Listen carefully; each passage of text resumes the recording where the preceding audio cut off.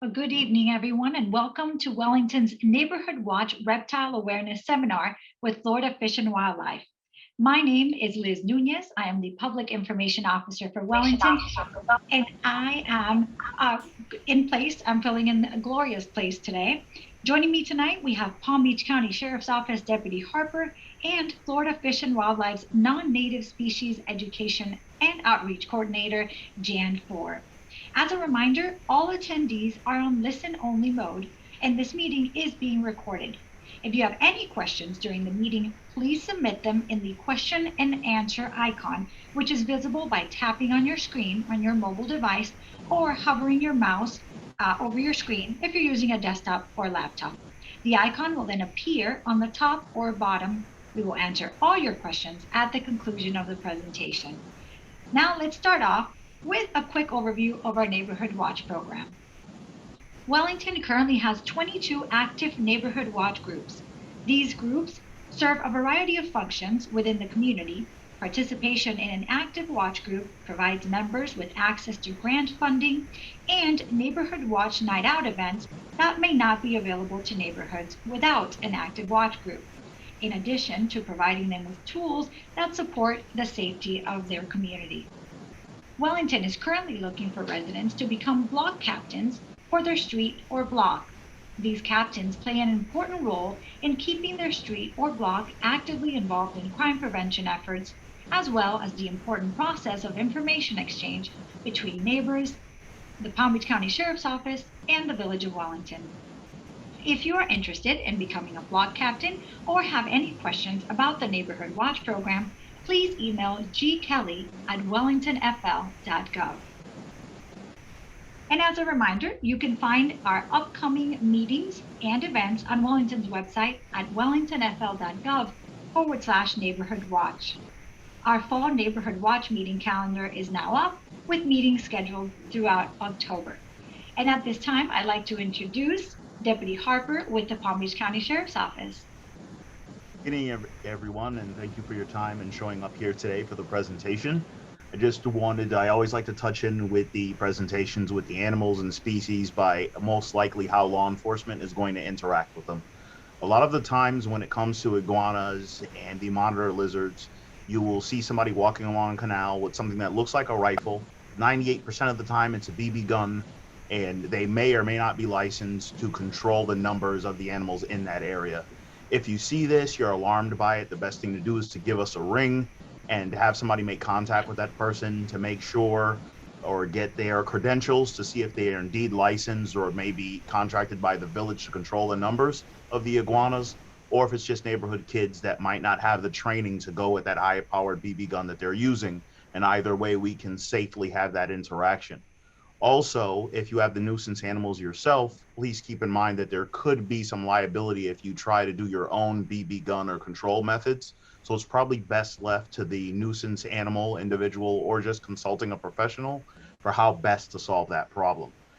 If there are any other inquiries or specialized questions that you might have after the professional has presented, please let us know and I'll be happy to answer them after the presentation. And with that, I hand it over to Ms. Ford. Deputy Harper, thank you so much. And Liz and the community, thank you for having this interaction tonight so that the Florida Fish and Wildlife Conservation Commission can present some information to you that hopefully will be of good use. So I'm going to share my screen and then we'll jump right in and get started. I just like to get this little step out of the way, and we're going to go into full presenter mode here. So let's make sure that happens. Here we go. Fantastic. So welcome tonight to our topic. And before I get started, Liz, if for any reason audio or video goes out, you let me know. Just jump right in. I got you, Jen. I'll let you know. Thank you. I appreciate you. She's got my back. She's my producer, my director, everything I could possibly need. Our topic tonight is iguanas.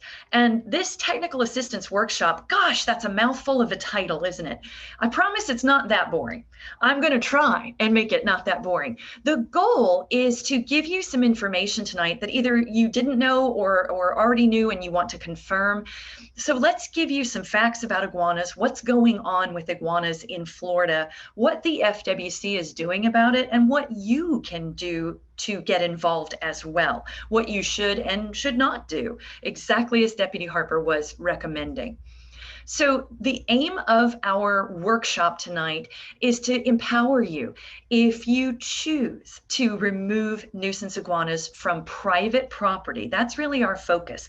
We will discuss what can be done on areas that are not private property, but most of our focus tonight is on private property.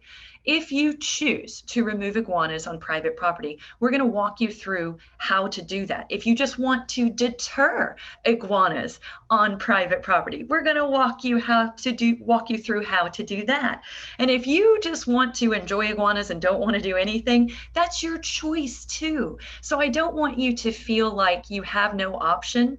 If you are not interested in removal or deterring, that is okay. What I don't want you to do is feed these iguanas accidentally or intentionally.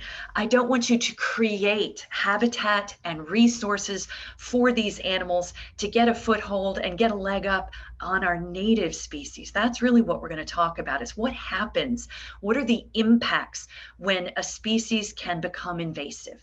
So before we dive into the weeds there, let's move forward and just talk about the agency's role in our state. You can see our little map here.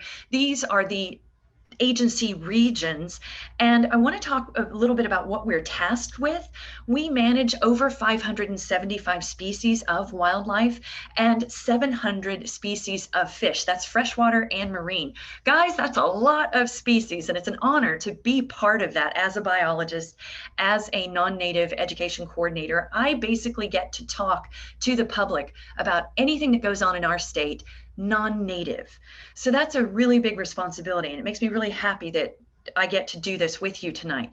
But I want to point out that our goal is not simply wildlife focused, it's you focused too. So we need to balance the needs of these natural resources, the wildlife species themselves, the habitats in which they live. We need to balance the needs of those things with the needs of our residents and visitors. It is a juggling act, and it's not always straightforward. So we're very open to your feedback too. Our long-term mission is to manage these resources for their long-term benefit and for the benefit of the people involved. So what's the deal with non-native species in Florida? How bad is it? If you didn't already know, and I bet you did, it's pretty bad. We have some numbers to talk about. So we have a map here, and these yellow data points indicate individual observations of non-native species. Now let me stop for a second. What makes it non-native? That means it was introduced into Florida unintentionally or intentionally. Unintentionally, maybe it hitchhiked on a cargo ship, some kind of shipment container of goods that came into Florida. Maybe the species was undetected. That's going to be unintentional. Or this may be intentional. So we're talking about live animal trade, escape, release, intentional or unintentional. So over 110,000 individual observations. Now, am I sure? Yes, I am. Every single one of those little yellow data points is a credible, verified observation of a non-native species. And I also want to point out one of your favorite species to talk about, and mine, lionfish. That data is not even on this map. There would be a lot of yellow out in our beautiful blue water if lionfish were also included in these data points. Now, if you break all those hundreds of thousands of observations down into how many species is that? We're talking about over 500 non-native species introduced. They were brought into Florida unintentionally or intentionally by humans. And at least 139 of those non-native species are now established in Florida. What do I mean by that? I mean, these species are reproducing. And if a species can establish, if it is reproducing, that means it can increase its population size and it can expand its range, sometimes at a very rapid pace. So, if you probably have encountered these non-native species, and one of the ones you're likely to be familiar with is the green iguana. We're going to talk about green iguanas and other species of iguanas tonight. The one thing I want to leave you with is that it is illegal to release non-native animals into Florida. So any species non-native, it is illegal to release those animals. And that's going to come up when we talk about removing iguanas on your property. So let's dive into what's the problem with iguanas. When we talk about any non-native species, not all non-native species are going to cause a problem. So an introduced species that's not native, not naturally occurring in our ecosystem, doesn't necessarily mean it's invasive. Invasive species are those that pose a threat to our ecology, our habitat, our wildlife, our ecology, our ecosystems, pose a threat to those things or pose a threat to our economy. So now we're talking about our infrastructure, our dollars, or human health and safety. So those are the three things: ecology, economy, and human health and safety. If a non-native species has an impact on any of those three things, that translates to it becoming invasive, and not every non-native will become invasive. Have green iguanas done that? Yes. Let's talk about how they did that. So the first thing I want you to look at is the curve, which you probably already studied while I was talking. You can see all the way over on the left, prevention. Prevention's the first step. Prevention we love, prevention we advocate for. Prevention is also inexpensive. Yay, who doesn't love that? And it's easy to manage. Prevention involves education, outreach, information, assessment of risks and impacts, and regulation. And that's why we have categories of regulation for certain wildlife in Florida. Some are more high risk and high priority for our agency than others. So if we can't do prevention, then if introduction, you can see with the arrow, has already occurred, now we have other steps. Can we eradicate? Eradication means to move. Can we completely eradicate and remove this species? If eradication isn't possible, is containment possible? If containment and controlling the spread of their range, the establishment, if that's not possible, then we're into the most expensive version, the asset-based protection and long-term management. You can see our iguana is sitting right there on the invasion curve. Darn it all. So now let's look at the axes of the graph so we can really understand what it means once a species gets to that stage. If you look all the way over on the left-hand side, you'll see that label is area infested. So once that starts to go up, look down at the bottom. Over time, the area infested is going to grow. Now look all the way over to the right side of your graph. The control costs go up. The more time this occurs over and the more area is infested, the more difficult and expensive it becomes for long-term management and asset protection. So what iguanas are in Florida? These species. We have 3 members of the iguana family that are now established in South Florida. And the green iguana you are probably very familiar with, aren't we all? And then there's the black spiny-tailed. I'm going to introduce you to that species tonight if you don't know about it. And it's very difficult to distinguish between the black spiny-tailed and the Mexican spiny-tailed. That's why they're both featured here. We do have populations of both, but we'll focus some of our education on the black spiny-tailed simply because of their range. And we'll talk about that in just a moment. But these are the species that are established and have been introduced. They are now breeding in Florida. Let's do black spiny-tailed first. So take a look at the map. I realize it's a little small, but what I want you to look at are the red data points. These are, again, individual sightings of black spiny-tailed iguanas. These are confirmed, verified sightings, individual sightings. This animal is native to Central America. It's a little bit smaller than the green iguana, so about 4 feet versus 6 feet for the green iguana if you include tail length. the one thing that I want to point out, well, actually, let me stop and go back to the map before I get to those bottom 3 bullets, because I like talking about the map and the range. If you've never encountered them, we're in, Palm Beach County where you guys are.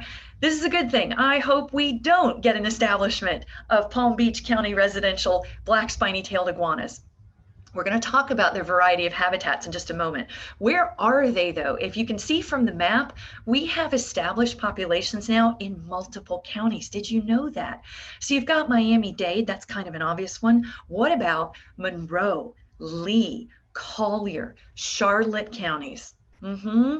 We have quite a little establishment in different places, and it can grow. So let's go back to our bullet list. Why is it growing? Why does this species seem to have the ability to thrive and continue expansion in Florida? Well, for one thing, there are a variety of factors that make this guy successful. The diet. An omnivore like us, we can eat from any kind of food group. We can eat different food types. There are vegetarians and vegans and pro-carnivore people out there. What it means is that I can survive on a variety of things. So if cheese and meat disappeared tomorrow, I can survive on plant matter. And that's kind of the general definition of an omnivore. What does that mean for a black spiny-tailed iguana? You've seen the picture already. Black spiny-tailed iguanas don't just eat plants like their green iguana friends. They can consume bats, rodents, insects, amphibians, birds. So an omnivore tends to take from different taxonomic groups, and that can have a significant impact on our native wildlife. That's where the red flags start to go up for biological managers. Now, it can live in a variety of habitats too. So what do I mean by that? This animal can live anywhere where there's a decent amount of canopy, where there is shade, where there is cover, where it can access water, because iguanas are great swimmers. So a lot of times they'll live in that brush, that dense scrub in upland habitats. They can live in suburban habitats, urban habitats, disturbed areas. So it can adapt quite quickly and select from a host of habitats that are available to it in South Florida. So now we have an animal that has very few predators. It has a great generalist diet. It's a selection of places to live, and it can reproduce pretty quickly. So these animals can reproduce somewhere, depending on if it's male or female. The females are about 24 months. The males are a little bit earlier. So roughly it can start reproducing at as young as 2 years for the females. And the females can lay between 10 and 30 eggs per clutch. So this means this species can increase its population density rather quickly. So let's take a look in comparison. Oh, don't you notice some differences on that data point map right away? Now, it's a different color, it's yellow, just to make it striking. In comparison, we have thousands of green iguanas in Florida. This species is native to South and Central America and is now well established in Central and South Florida. So a much wider range, a much larger range for this species.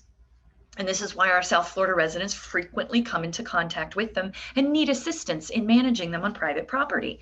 They can grow up to 6 feet, as we mentioned, but this species is more herbivorous. Have we seen juveniles and adults opportunistically feeding on small animal prey like insects and snails? Yes, absolutely we have.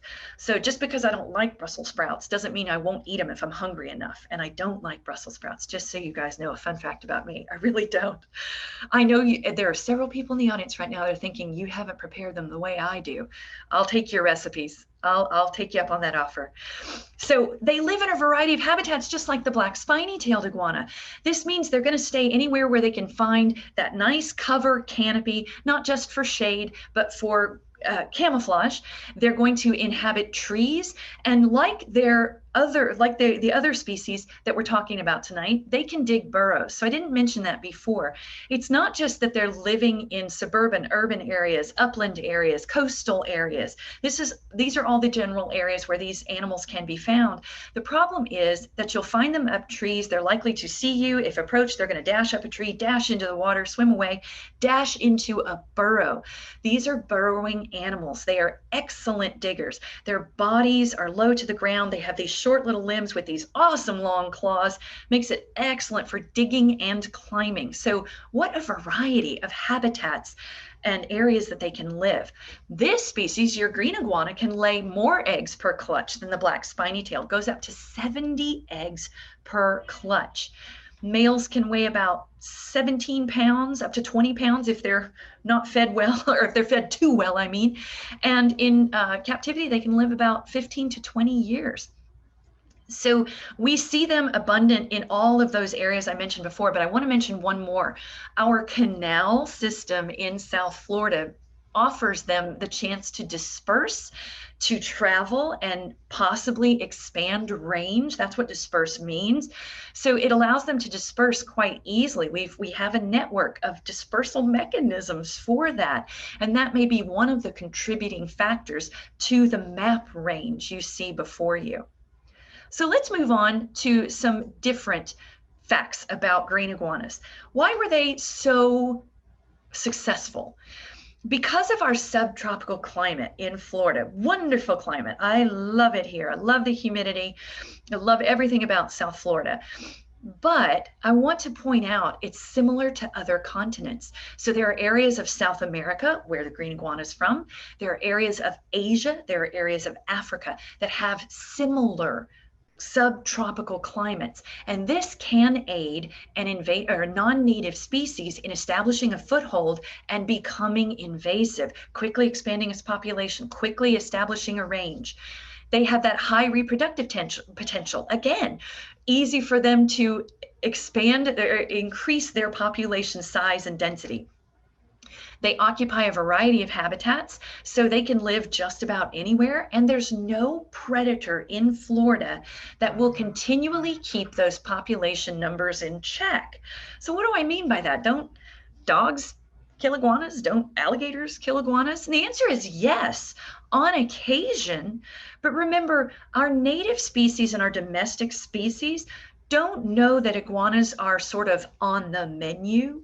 So if you don't need an iguana to survive, and it's a lot of effort to chase down an iguana, it's probably not going to be the first choice for a native or domestic species.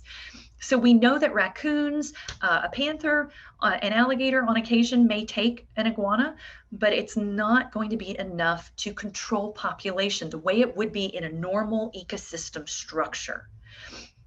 Okay, the subtropical climate is important because as we go through the next few map slides, you're going to see the range begin to expand over time, but you're also going to notice some limiting factors, and cold is one of them. So thanks, cold, appreciate you. It's the only time I really like you. So as we go through, this date on the map is going to change a little bit. It's always going to say 1965, and then we're going to fast forward a couple years each time. So 1965 to 2000, we didn't really see a whole lot of data points for iguana sightings. Let's fast forward 3 years.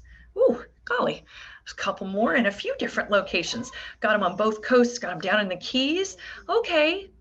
Still doable, maybe.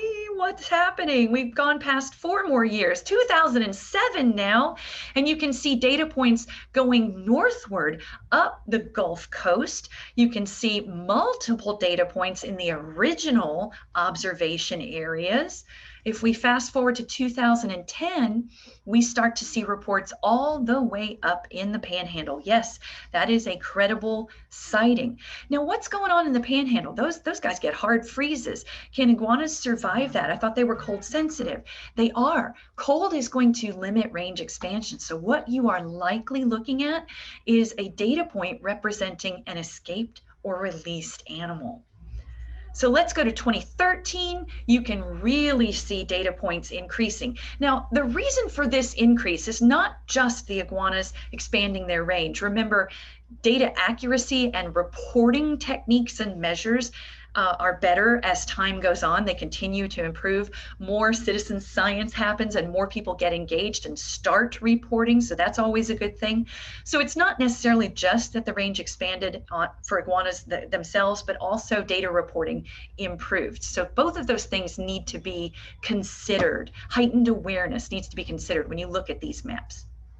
So 2017, you can see a definite expansion. Look up near Jacksonville, look up near St. Augustine. We're definitely seeing those individual sightings of likely escaped or released pets. And then we're seeing that density, not density, but we're seeing multiple overlaps of individual sightings in the original areas. And then finally, we get our current map, accurate until about March of this year. And we're always adding to it when we add more data.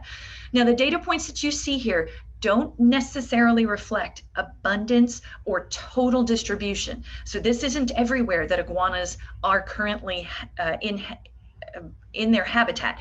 This is simply individual verified reports that have been received from the public. So you can see how valuable your reports are. That's really the point I want to get across. We'll come back to reporting in just a moment. Right now, I want to switch towards, well, what's the problem? I understand iguanas were introduced. I understand they're here and we're living with them now. They're not going anywhere, but what's really the problem? Can't we all just get along? Well, the problem is when a species becomes invasive, remember, it affects ecology, economy, and human health and safety. Any of those three, it can have an impact on any of those three. And iguanas do. That may surprise you to learn there are some very big impacts that these animals have. So let's talk about those. Not only are you likely aware iguanas eat plants, many times they love our landscaped borders and our ornamental plants, but they may also consume plants in threatened areas, areas that are trying to recover ecologically sensitive areas. So that's something to be aware of. One example, and this one's a pretty significant one, this butterfly, that's the Miami blue butterfly. That's an endangered species. So we want to pay very close attention to that species. Well, guess what? When this species does the larval stage of their life cycle and it's the caterpillar stage, they choose only the nickerbean plant to play host to that life stage.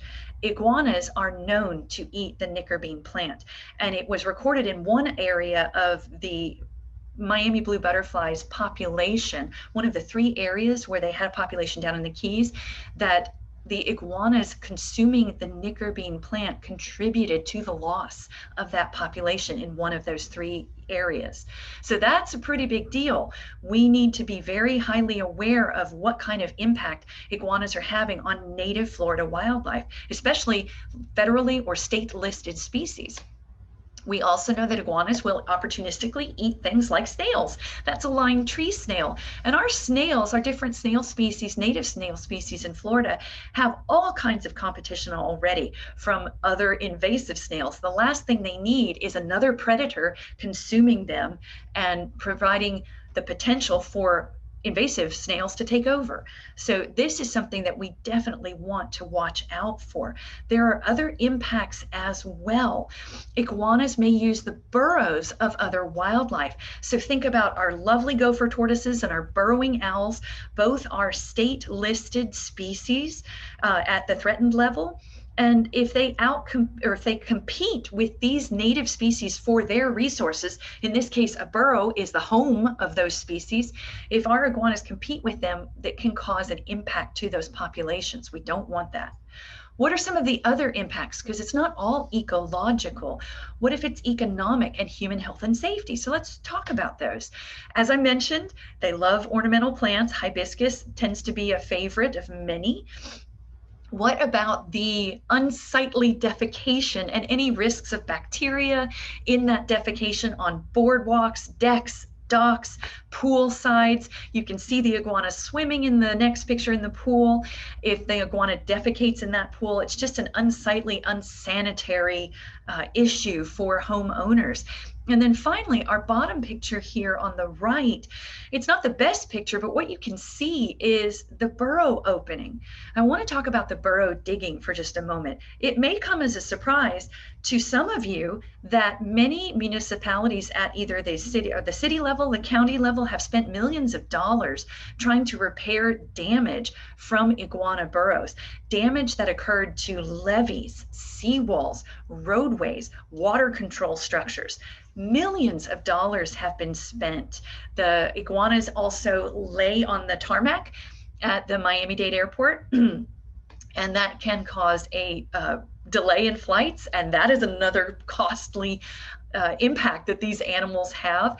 Puerto Rico airport has spent close to $1 million in trying to remove iguanas and manage the population because of the air traffic and the iguanas and the problems that it can cause. There's even a danger factor for pilots as well.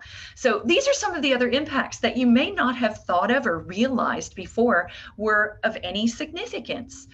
Now, let's talk about what is the FWC doing about it. Well, remember, our favorite role is the role of prevention.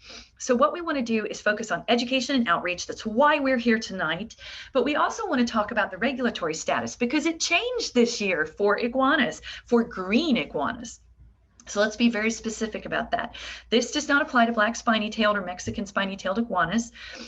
This only applies to the green iguana for now. So in February 2021, our commissioners approved the rule change affecting green iguanas and multiple other species. 16 invasive reptiles were listed as prohibited. That rule took effect on April 29th of this year. And all that means is anyone who was already in possession of an iguana, they could keep it. It's totally fine. You can keep your iguana. We're not going to come get your iguana. All it means is that current owners need to apply for a permit. It's free. We held 6 different pit tag events where owners could come for free. 6 different events all over the state to pit tag their animals. What is that? It's a microchip. It's just like the microchip that your dog or your cat has. So if they ever get loose, they can be found by a veterinarian, scanned, and returned to you. That's all a pit tag is. It's a microchip.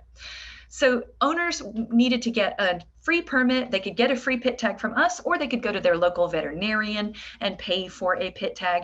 And then owners are required to update their biosecurity measures. That means their caging. So indoor-outdoor caging needed an upgrade for the prohibited status. It also means that you can't acquire an iguana. So if you always wanted one as a pet, I am very sorry, but you can no longer acquire an iguana for personal possession. Additionally, you can no longer sell iguanas in the state of Florida for commercial sale or breeding. So there's no importation of iguanas for breeding or commercial sale unless some sellers qualify for a limited exception permit. So if you find a seller that's still selling iguanas, hopefully they are qualified and they have one of those permits. And we regulate all of that. So that's where iguanas stand today.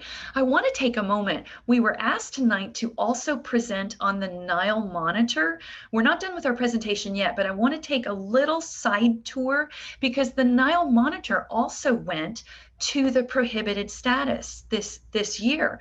So it's a good time to stop and talk about it and some of the impacts of this species, which are very similar. So the Nile Monitor is a semi-aquatic lizard. You can identify it from an iguana by the bands of coins that go across the back. So it looks like little quarters, little dimes, and they go in bands across the back.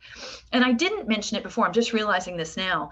The way to tell the difference between a green iguana and a black spiny-tailed iguana is the tail. The black spiny tails have whorls of spines going all the way around the tail. You cannot mistake them. If you can see the tail of the iguana and it doesn't have swirls and swirls of spines, it's not a black spiny tailed, it's a green. They can be a variety of colors. So it's really important to learn these animals, learn the Nile Monitor, learn the black spiny tail, learn the green iguana because of reporting. We need to know if your report that you're calling in is credible, is verifiable, and good quality photos help us do that. We also love to have GPS location of where the sighting occurred and the date. That way, if we do send a biologist out or some type of responder out, we know exactly where we're going and exactly what we're looking for. So where are these animals? The Nile monitors are established in Palm Beach and Lee counties. Sorry, Palm Beach County. Their impacts are mostly ecological. So this animal will also compete with our burrowing owls and our gopher tortoises. So we definitely don't want that. Nile monitors may impact state and federally listed species, including sea turtles and wading birds and the American crocodile. So this animal has that omnivorous diet. It is a generalist predator and will take from many, many food groups. They have a high reproduction rate, and because of their semi-aquatic capability, they can travel well over land and in fresh and salt water, which allows for potential establishment in Florida. Anywhere there's mangroves, salt marshes, they can also distribute on our canal network, as we've previously mentioned. In areas where they are abundant, these two areas, they have been reported attacking pets and livestock like chickens. What is their status? They're prohibited, as I mentioned, and they are considered established and invasive. And our agency and partners have removed over 850. So if you see a Nile monitor, please do report it. We want those reports. Now let's get back on track. What do we do about any of our invasive reptiles? What can you do? Remember, it's your choice if you decide to remove these animals. You're not required to by law, but I want you to know what your options are legally if you do decide to participate in removal. And just like our wonderful deputy mentioned, you need to know what you're doing. If you don't, leave it to the professionals, leave it to a nuisance wildlife trapper. And at the end of this presentation, if you guys can remind me, I'll drop the link in the chat. FWC has our own nuisance wildlife trapper search. So if you don't know how to contact one, you can go right to that page and search for one. Very easy. We love being able to provide that for you. So what are your removal options? Well, remember, iguanas and Nile monitors and Burmese pythons and any of our invasive reptiles are not protected in the state of Florida except by anti-cruelty law. This is very important. We can't torture these animals. We're going to kill them humanely. Must be very, very clear about that. Anything we would do with these animals still has to be humane, despite their prohibited and invasive status. Removal is allowed on private property as long as you have landowner permission. So as the deputy was mentioning before, if you see folks wandering around with a weapon that looks like a rifle, and some of them are really diligent, they wear vests. There's a gentleman in my neighborhood that does this, and we have multiple condo and apartment complexes within a mile, and he has obtained the proper permissions from the property owners to do his removal business. So that's really cool that he's gone through the appropriate channels. So just know on private property, you need landowner permission. If you're the landowner, great, you have permission. Removal is also allowed on 25 managed lands year-round without a permit or a hunting license. This just happened last year, gang. This is a great way to cut through some red tape and make removal accessible to those who want to participate in that activity. So there are 25 managed lands all over the Everglades where I can go out, and I have participated in this. I haven't been successful yet. I haven't found what I was looking for, but I can go out and I can remove these invasive reptile species. Don't need a permit, don't need a hunting license. So just keep that in your back pocket. Remember, the animal cannot be transported.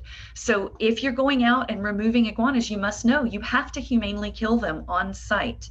You cannot relocate and release unless you are a trapper that qualifies for a eradication permit. So there's a special eradication and transport permit that would allow a trapper to remove an animal from an area, transport it off-site just for the purpose of discreetly killing that iguana humanely.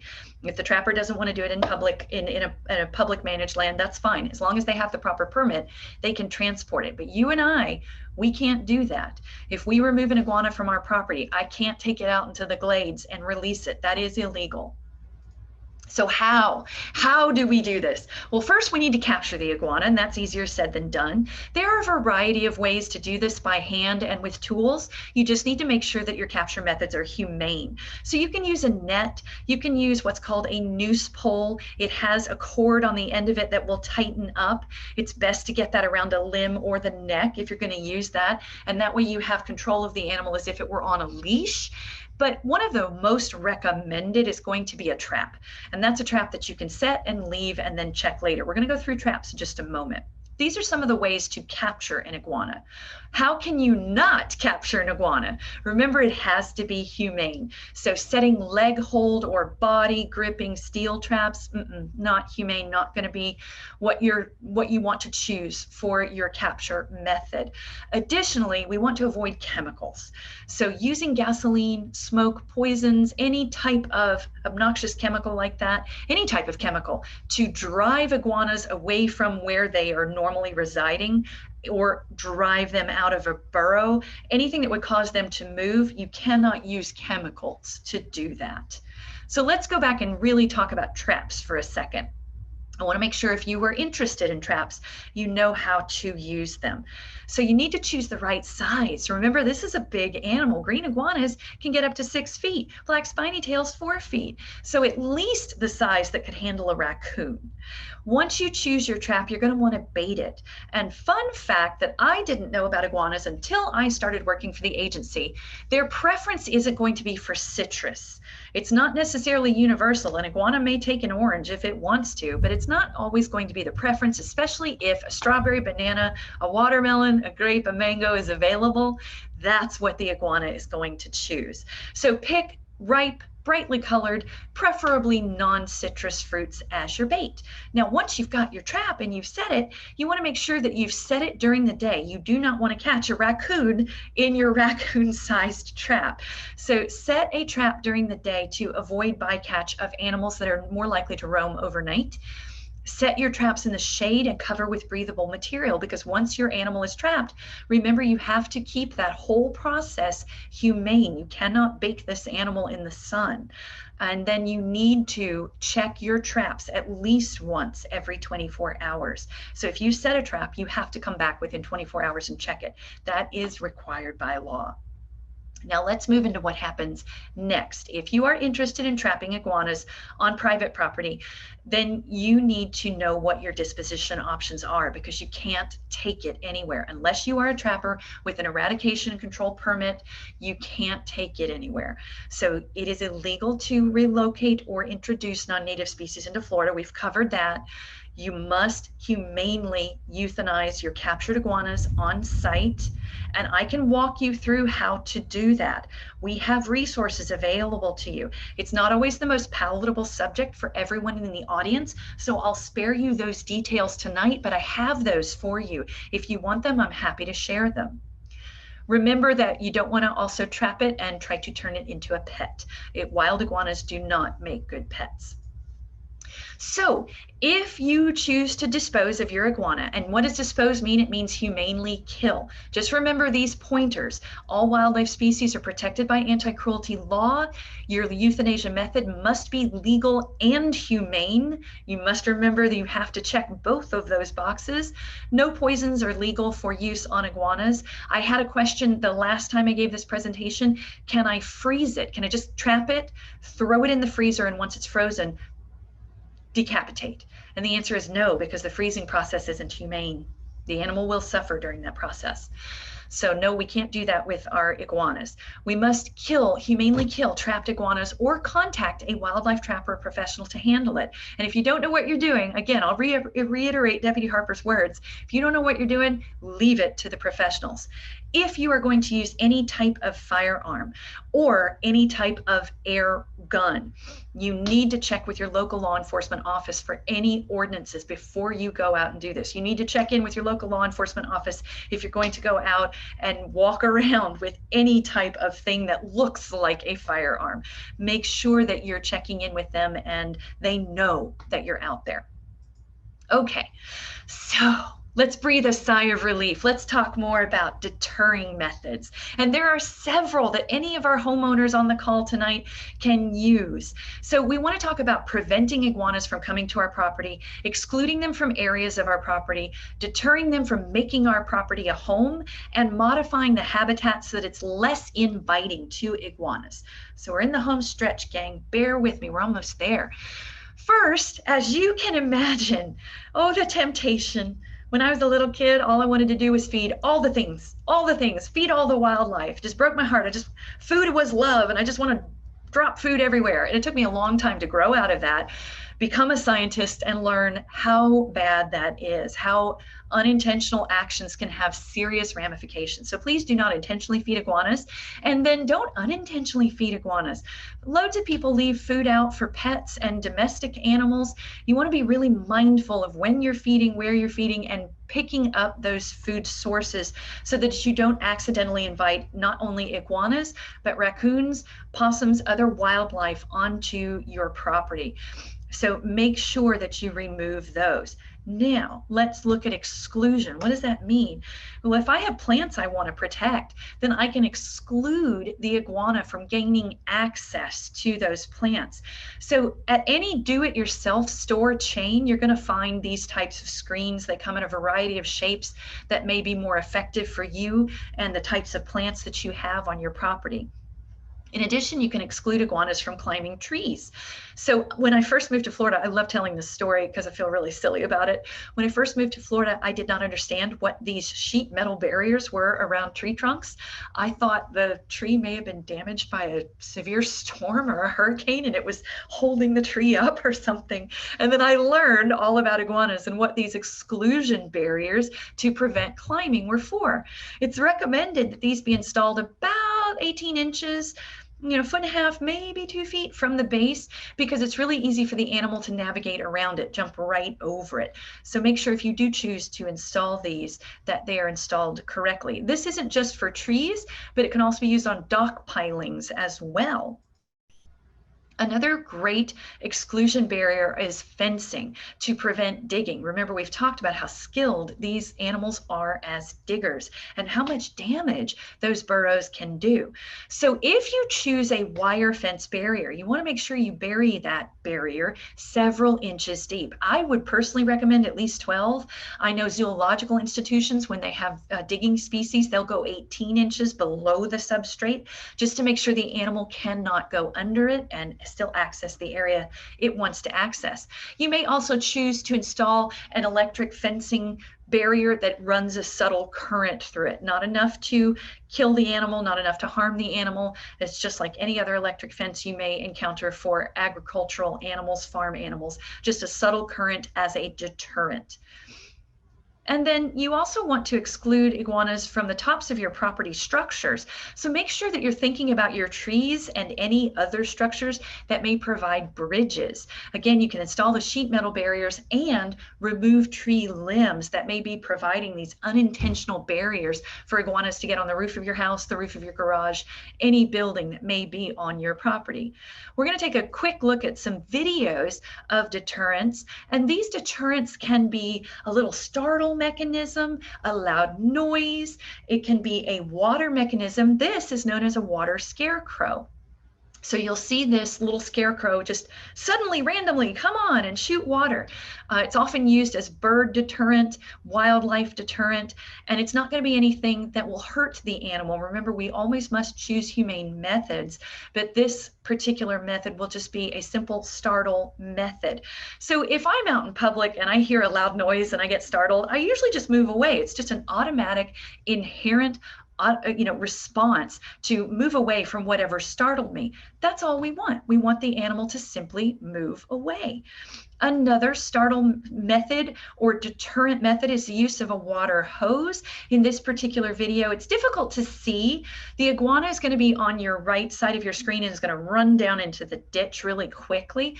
But our lovely neighbor here is just using a pump sprayer to spray the general area where the animal is and invite the animal to move on to a different area. It's just water, no chemical. Remember, we don't authorize any chemicals. So let's take a look at another deterrent. This one always makes me laugh because if you guys knew what my CD collection from the 1980s and 1990s was comprised of, you would want me to turn them into iguana deterrents too. These are reflection deterrents. So when they catch the sun as they rotate in sunlight, they're going to be bright, they're going to be shiny. This deterrent is often used with birds, and you can use it with invasive reptiles as well. It just creates a pattern that will be kind of off-putting for the animal, but yet won't harm them. And this pattern, you should know, should be changed pretty regularly, altered, changed up in some way to where it doesn't become predictable.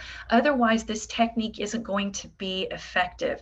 And the last time I gave this presentation, the host told this story that she and her father employed these CDs on their boat, and then they took them off for 2 days and the iguanas came straight back to the boat. Very interesting how effective it can be. It's not always a guarantee that these deterrents will work, but they are the best tools in our toolkit. And then finally, we move on to habitat modification. I've got 1 or 2 slides on this, and then we're going to wrap up. So when we're talking about habitat modification, we can swing the pendulum 2 ways. Let's swing it over this way and say, remove ideal habitat. So if you've got mulch, if you've got thickets, if you've got piles of rocks and any landscaping material, you're going to want to remove that because this is ideal habitat for an iguana to burrow, create a nest, lay eggs. On the flip side, swing the pendulum the other way. You can be kind of crafty and scientific about this. If you know that you live in an area where iguanas habitate and you know that you can add artificial nest habitat to reduce the need for iguanas to dig their burrows, then if they lay their eggs, all you have to do is remove and destroy the eggs. So you can actually create fake nesting material sites for these iguanas to come in, lay their eggs, you prevent burrow digging, and then you remove and destroy the eggs. You would destroy those eggs by placing them in a plastic bag, compressing them so the egg itself structure is destroyed, and then you can freeze them or throw them. You can freeze them and throw them out, or if your trash day is that same day, you can go ahead and dispose of them. Do make sure that you check. If you're disposing of iguana eggs, iguana carcasses, make sure that you check with your city or county, whatever your waste ordinance is, so that you know the proper regulations and recommendations for placing any type of carcass out into the wild or out into your waste. Make sure you check with those local waste management ordinances. So habitat modification. Isn't this landscape border beautiful? This is everything that makes me happy about plants right here. However, it contains several plants that are preferred iguana foods. So my hibiscus and orchid and rose growers, I bet you know this by heart already, that these are just basically invitations. Nasturtiums, impatiens, all of these things are going to be invitations, very hospitable environments for iguanas. So I'm not saying go out and rip up your landscaping. I'm saying just consider, if you haven't landscaped, you're thinking about a makeover, consider what you're planting and where. Maybe you can plant a barrier that would invite the iguanas to go one way and your plants to thrive and live another day. Let's look at some iguana resistant plants. Milkweed, pentas, things like lantana. I love lantana. Lantana is easy, it's cheap, it's simple to plant, it's simple to maintain, it's available at just about any plant grower vendor. You can use citrus, oleanders. Remember, we talked about iguanas not liking citrus. It doesn't mean a guarantee, but it does mean that you are making your habitat less inviting to the iguanas. So think about it when you're in a crowded place, when you're looking for a spot to sit down. I always say, think about it when you're at an airport and you're looking at your gate. Your gate is just overrun with travelers. Maybe you don't like crowds. That's me. I'm a little bit of an introvert. So I'm going to go to the next gate over where it's quiet. I can still hear everything, but I can spread out. I don't have anybody sitting on either side of me. All that happened was I encountered a modification at my gate, a context that I didn't enjoy. Nothing bad happened to me, but I didn't enjoy it and I moved on. That's the scenario we want to create as homeowners, property owners for our iguanas. Now, Let's talk about pet owners. This is our last slide, gang, and I'll give you my contact information. If you are a pet owner, or if you know a pet owner with a pet iguana, make sure that they come into compliance with the rules. If you want to advise them, to make sure, if they're your friend, don't just randomly advise strangers on what they should and should not be doing. But the rules have changed, so it's great to spread awareness in your community that the rules have changed for pet owners, and there were certain steps they needed to take to come into compliance. If they didn't, or if they weren't aware of those rules, this happens all the time when rules change and owners are suddenly kind of freaked out about the rules. If owners decide they want to surrender their animal, we have the legal alternative to releasing animals out in the wild. You don't have to do that. You can surrender it to the Exotic Pet Amnesty Program, which is overseen by the FWC, and owners may surrender for free with no legal penalty. Doesn't even matter how long they kept the pet illegally. If it was a regulated species, doesn't matter. The owner will be granted amnesty through our program, and we will rehome that animal with an approved program adopter. It takes time. Owners will retain possession of their animal and retain their amnesty while the search goes on for that adopter. And you can see our contact information here. Oh my goodness, you guys survived. I am going to leave you with my contact information. You're welcome to take a screenshot of this particular slide. If you're not technologically savvy, we can also drop this information into the chat as well. And I'll turn it back over to the lovely Liz to see if we got any questions that need to be answered. Jan, thank you so much. That was such an awesome presentation, so much information. We will turn it over for questions, but before we do that, I'd like to share my screen here to share our contact information as well. If you have any additional questions about anything that you heard during tonight's presentation or about our Neighborhood Watch program in general, please do not hesitate to contact Deputy Harper with PVSO and Gloria Kelly with the Village of Wellington. So now, Jan, we have our first question, and anybody else, please, as a reminder, please post all your questions in the question and answer portal or section that you can find just by hovering over your screen or tapping your screen if you're on a mobile device. So the first one, Jan, what effect would a good freeze in South Florida or Palm Beach County have on the iguana population? We have not had a good freeze in about 10 years. Oh, that's a great question, Jim. Thank you. So as we mentioned before, iguanas are not cold hardy, cold tolerant. So if we had a good freeze in South Florida, you are likely going to see it on the news. So I'm talking several days of sustained cold temperatures. I'm even talking down in the low 40s, upper 30s, anything lower than that, of course, into real actual freezing temperatures. So if we have that, you're going to see iguanas get cold stunned.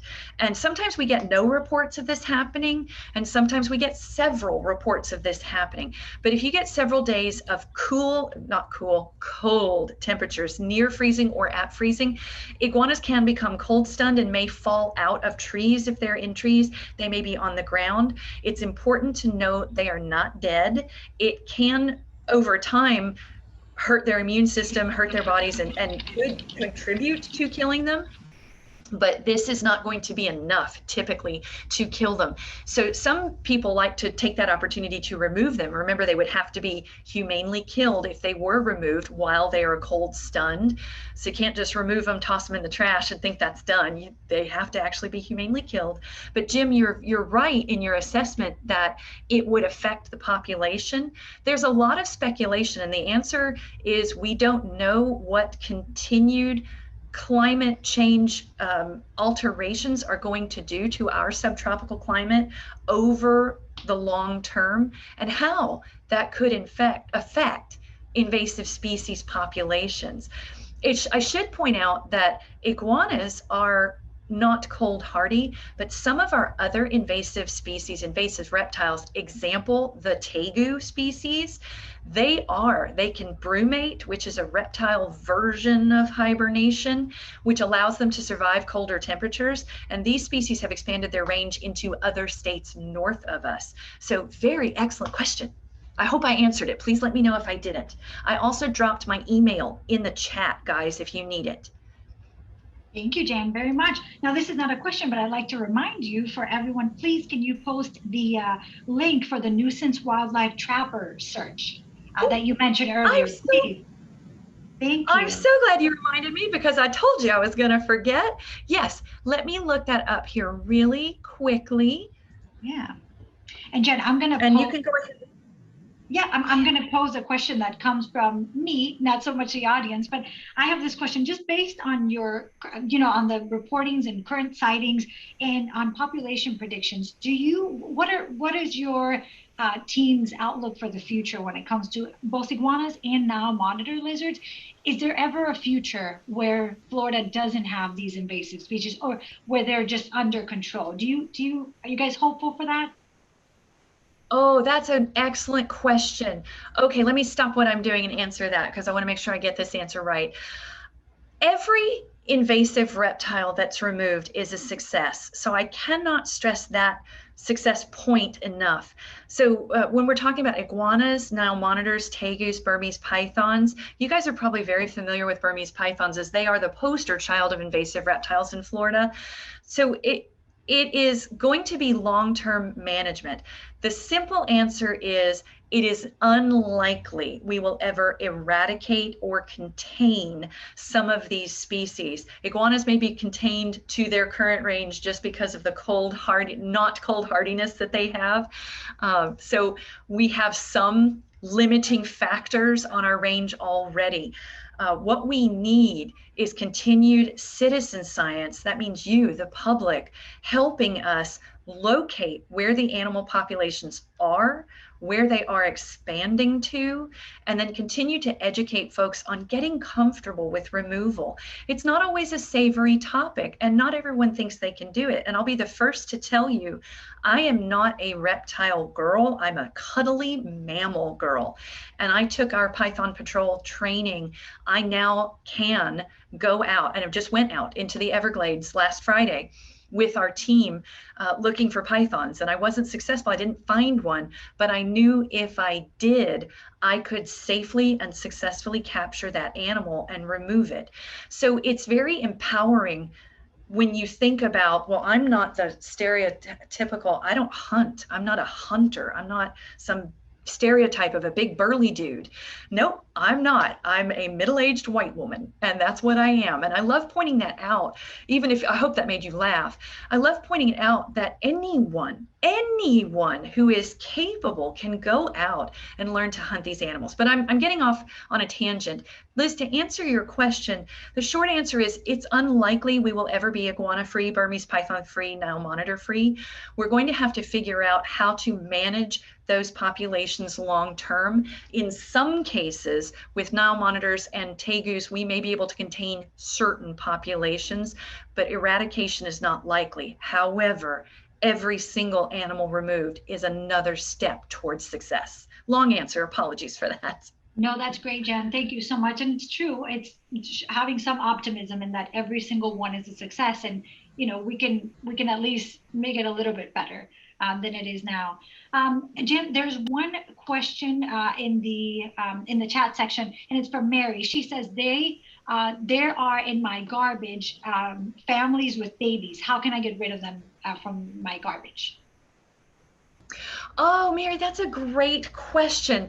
So this is a difficult one. It is and it isn't. The simple answer is you may want to change, and I don't know if you can change your container. So wait, let me think about my answer before I actually speak it out loud. I was going to say you may want to change your container or the way that your container is secured. But if you get your container from your local waste management system, then that's probably not an option for you. You may want to change where the container is stored, and that may be the difficulty. I never liked storing my garbage can container in my garage. I don't care for it, but I had to because of species that I didn't want in there. Jan, that is one. Yeah. Jan, I'm so sorry to interrupt you. Mary, thank you so much for chiming in. I misread that. Garage, not garbage. Garage is what she meant. That makes a lot of sense. I was just about to jump in on that. Thank you, Mary. Thank you. Sorry about that. Thank you, Mary. Thank you both. So that's good. Okay, good, good, good. So you have iguanas in your garage, Mary, and they have had babies. And let's make sure I'm understanding that correctly. Okay, if you're not comfortable setting traps for them, you need to call a nuisance wildlife trapper.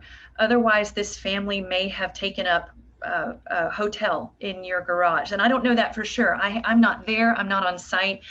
So I don't know if your animals are going to move on or not, but what you want to do is just look around your garage, see if a reorganization or a restructuring, that may be easier said than done, a restructuring of your garage may make the environment less hospitable for them. Is there any food source possible? It's not likely that you have food in your garage, but is there anything that they may be coming in for? Shelter from the rain, a food source. Can you eliminate any of those sources, and can you make your garage any more unhospitable to deter these animals? Can you create any type of startle mechanism in the garage and leave it open for an afternoon, a Saturday afternoon, and see if you can get them to go out? Are they able to get back in through the rafters? These are things you want to look at. If the question is, there's nothing on Mary's end that she can do, then you may be in the position where you need a wildlife trapper. And that brings me to my search. Mary, I hope I answered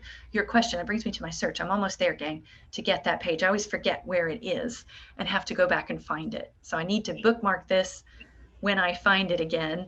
And thank you, Jen. And make sure. We'll make sure we share that link as well on our website so folks have access to it and share it through our social media. Another question for you, Jen. Should we be worried about pets coming into contact with iguanas and Nile monitor lizards? I know with iguanas, at least, they're skittish, they run away. Is the Nile monitor lizard the same way?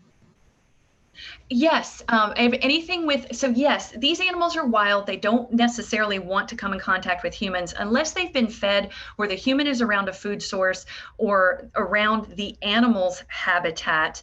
And that can happen on accident. If you didn't know you were standing over an iguana burrow, you may encounter an iguana.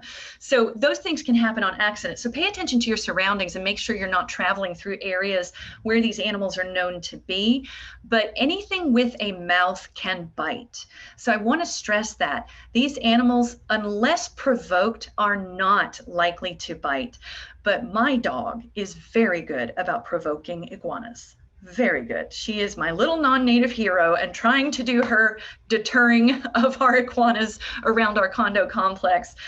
Lucky for her, she's a larger gal and she's never going to be fast enough, but she has tried. So I always keep her on a leash. I'm not going to let her go chase after them, because if she were to engage with one, she's probably going to get bitten. And there have been reports of Nile monitors coming into contact with pets and doing some damage, and with humans. So same thing. So we do know that these animals are capable of biting and can. So I just want to make sure that you guys are staying safe, keeping your pets on leash, and unless you're going out for the purpose of removal, try not to interact with the species. Thank you, Jen. That's a great point. Jen, one more question. This is from Mary as well. Are trappers free? They are not, Mary. Good question. Each one is going to set a fee for themselves for what their services rendered are going to be. So there's going to be differences in the fees and services that they provide. I can also tell you that the trappers on the list that I'm desperately trying to find you, and I apologize, it's taking me so long. The trappers on the list that we have on the FWC website have simply registered their business with us. So we don't endorse or condone or promote any of those trappers. So you get to choose and you get to decide who's right and who's best for you. You don't have to go with one that is on our website at all. I'm almost to the point where add my name to the trapper directory. Maybe this is it. I'm so sorry, it's taking me a while. While it is taking me a while to find it, please let this be it. I just clicked on a link and it's loading. I do want to point out that on our FWC website, we have an entire page devoted to iguanas, and the PowerPoint you just saw is viewable as a PDF on that website already. So if anybody ever wanted to share it, you're welcome to. It's a matter of public record, and you are absolutely welcome to share it. And thank goodness, you guys, after the long search, I found it. I found it, I found it, I found it. Yay. Okay, so let me post it in the chat. Thank you, Jen. Of course. Here you go. After the longest of long waits, there is the link to the Trapper search. And if anybody's just not interested in staying on and copying that, just email me. I will hook you up with all the resources you need. Great. And like I said, Jen will also provide that on our website. On our Neighborhood Watch page. Jan, thank you so much. We can't thank you enough. On behalf of Wellington and our Neighborhood Watch group, thank you to you. Thank you to Deputy Harper. We appreciate you both being here and sharing this great information for our residents. That is all. We will close this presentation for tonight. We hope that all of you participating today will continue to participate in our future discussions, in our Neighborhood Watch programs and meetings. Together, we can continue keeping Wellington a safe hometown, and we thank you all for doing your part. Thank you. Have a great night, everyone.